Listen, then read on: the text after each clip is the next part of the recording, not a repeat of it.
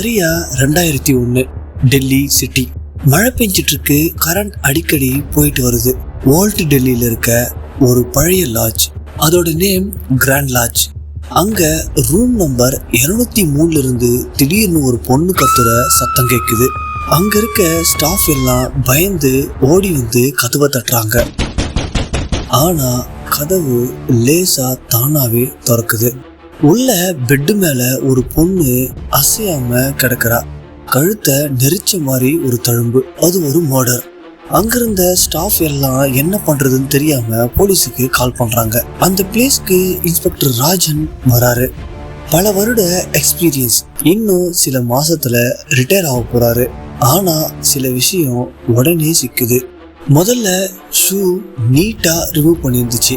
அதாவது அவ யாரோ தெரிஞ்ச நபரை சந்திக்க தான் தயாரா இருந்திருக்கா. இன்னொரு விஷயம், ரூம்ல ஃபைட் நடந்த மாதிரி எந்த சிக்னேச்சரும் இல்ல. அதாவது அவ முன்னாடி இருந்த பர்சனை பார்த்து அவ பயப்படவே இல்லை. சரின்னு இன்ஸ்பெக்டர் லாட்ஜ்ல இருந்த ரிஜிஸ்டரை செக் பண்றாரு. லாட்ஜ் ரிஜிஸ்டர்ல ஒரு நேம் இருக்கு, ரம்யா.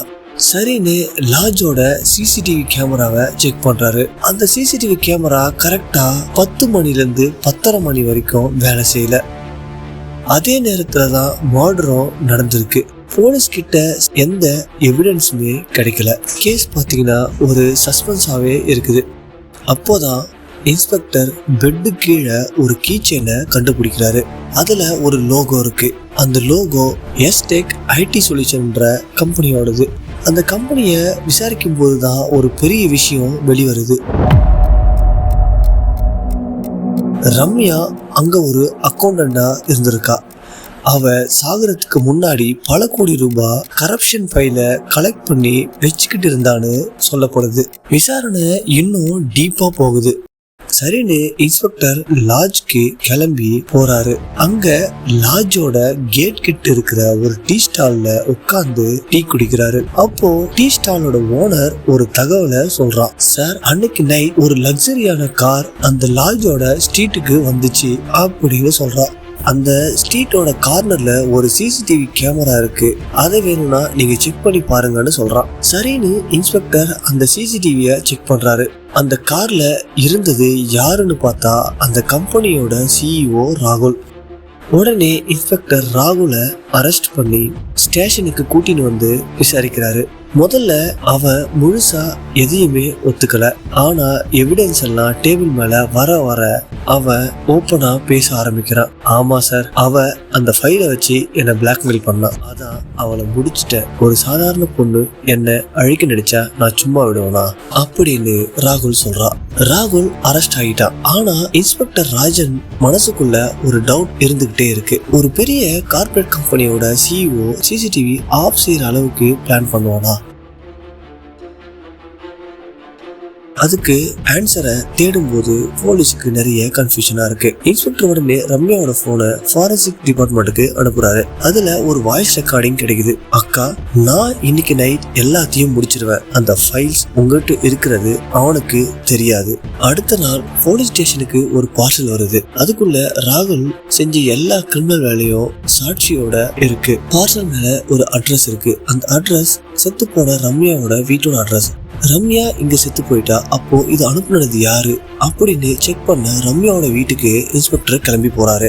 அங்க நித்யா இருக்கா, அதாவது ரம்யாவோட அக்கா. இன்ஸ்பெக்டர் ராஜன் நித்யாவை சந்திக்கிறாரு. இந்த பார்சலை அனுப்புனது நீதானே? ரம்யா எவிடன்ஸ உங்ககிட்ட கொடுத்திருக்கா. ஆனா சிசிடிவி ஆஃப் பண்ணது ராகுல் இல்ல, நீதானே அப்படின்னு இன்ஸ்பெக்டர் நித்யாவை பார்த்து கேக்குறாரு.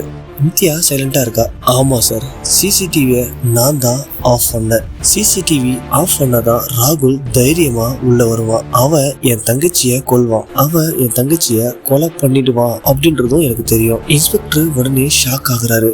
உன் தங்கச்சி சாவானு தெரிஞ்சுமே நீ ஏன் அமைதியா இருந்த?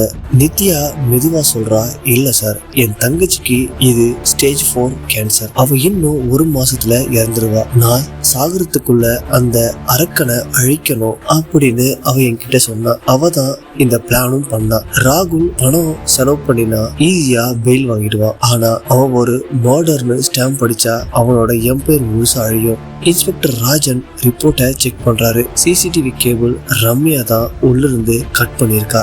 ராகுல கோவப்படுத்தி அவனாலே தன்னையும் கொல்ல செஞ்சிருக்கா. வெளியிலிருந்து நித்யா சில விட்னஸ் கிரியேட் பண்ணி ராகுல் கார் நம்பரை கிளியரா தெரியறபடி வீடியோ ரெடி பண்ணி போலீஸ் ஸ்டேஷனுக்கு அனுப்பியிருக்கா. சட்டப்படி ராகுல் ஒரு கில்லர். ஆனா அந்த தீர்ப்பை எழுதியது ஒரு சாகு போற பொண்ணு. ராஜன் மெதுவா சொல்றாரு, இந்த கேஸ்ல 2 பேர் மேலேயும் தப்பு இருக்கு. ஒருத்தன் கொலையாளி, இன்னொருத்தி அந்த கொலையை நடக்க விட்ட நியாயம் கிடைக்க வச்ச நீதி தேவதை. சில நேரங்கள்ல நியாயம் கிடைக்கணும்னா சட்டம் கண்ணை மூடிக்கணும் sir. Case closed, but justice was unheard. அடுத்த ஸ்டோரியில உங்களை சந்திக்கிறேன். நான் உங்கள் அஸ்வின்.